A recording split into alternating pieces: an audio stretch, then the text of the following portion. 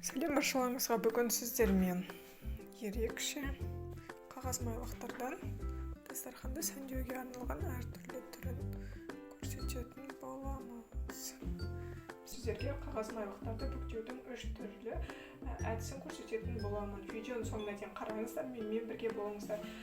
Менде осындай жаңа жылдық салфетка, бірақ сіз өзіңіздің дастарханыңызға қарай түсін өзгертіп алсаңыздар болады. Бірінші салфеткамызды аламыз да.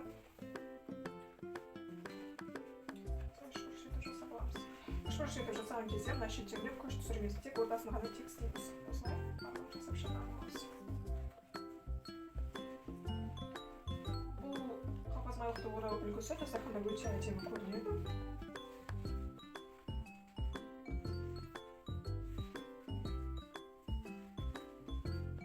Мына бұрыштары, яғни мына жерлері бүктелмеу керек. Осындай формасын сақтау керек, ал мына жағын міндетті тегістеп аламыз. Соны тарелкаға қойған кезде осылай тұрады. Немесе былай қиясынан да қойсаңыздар, дастарханда өте әдемі көрінеді. Бұл бірінші үлгіміз.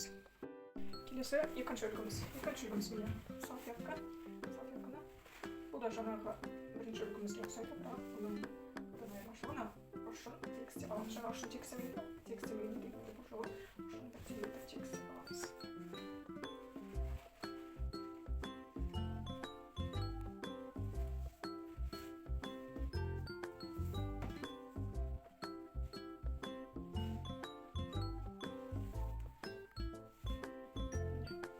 Тегістеп алдық, бұл жағында тегістеп алдық.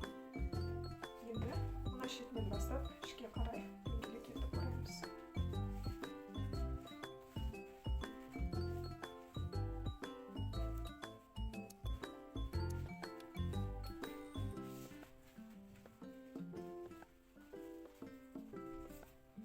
Ораған соң тағы да сыртынан кішкене тегістеп жібереміз.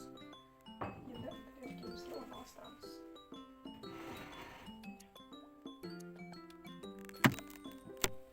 Осылай орналасады. Жалпы бұл да өте әдемі үлгі. Құрым көрсеңіздер болады. Бұлай, осылай. Келесі соңғы үлгіміз, бұны көбісі біледі. Көбісі дастархандардан көріп жүрсіз, яғни осы төртбұрышты етіп аламыз. Бұл төртбұрышына екі жағын бір-біріне қаратып тегістейміз. Одан кейін дөңгелек етіп ораймыз.